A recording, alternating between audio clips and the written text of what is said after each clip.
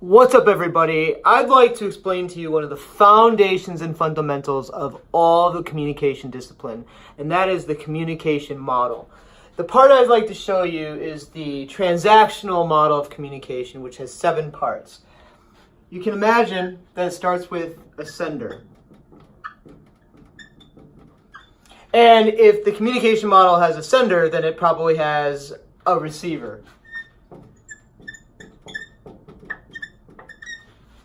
Now, if the sender is sending something, we'll call it a message. Now, what's the message traveling through? Somebody might say air, somebody might say a text message, somebody might say telegraph, somebody might say carrier pigeon.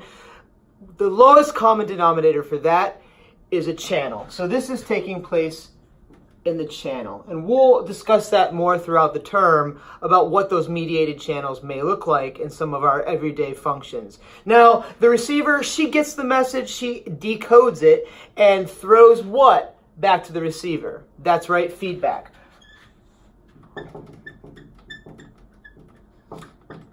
Now, since this is a transactional model of communication, there's a back and forth, which people argue is a continuous cycle. So it goes back this way, we call this feedback.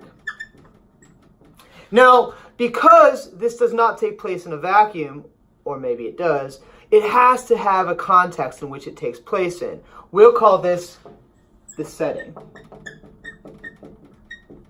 Some books call this the environment, some call it the context. It's important to know that this dictates the business communication course. Now, there could be one last thing that impedes the message from taking place. That we'll call noise. And there's 2 types of noise, physical and psychological. 2 types of noise, physical and psychological.